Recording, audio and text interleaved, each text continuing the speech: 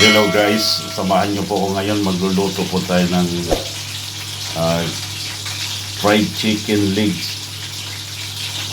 Ito po yung aking chicken leg.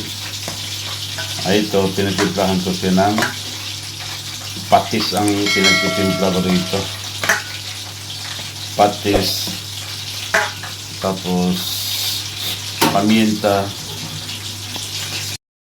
at nilalagyan ko siya ng 3 kutsarang all-purpose flour at saka 2 teaspoon na cornstarch. Ito, pinamarinate ko dito sa chicken. At saka 1 pirasong itlog,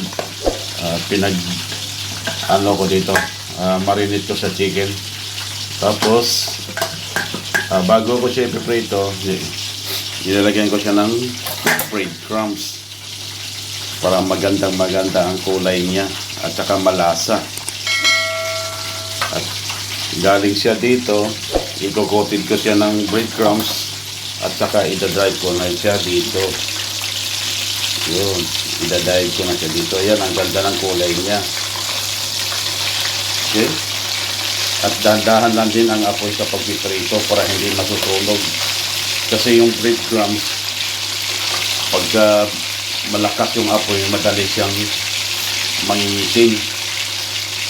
Ayan, dahan-dahan lang yung apoy. At saka konti lang ang ilalagay sa kawali.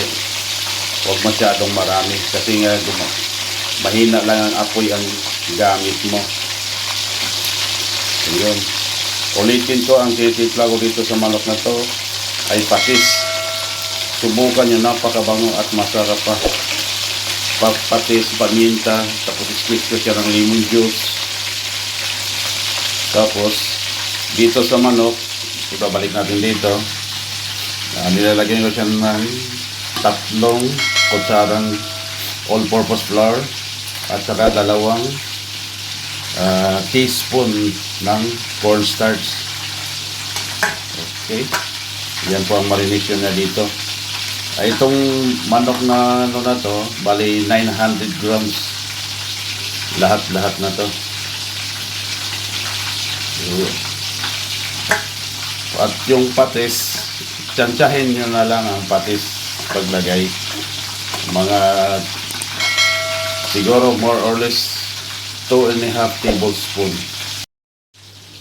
Ayan na po, luto na po yung ating fried chicken legs. Napakasarap at ang lutong. At hanggang dito lang din video ito.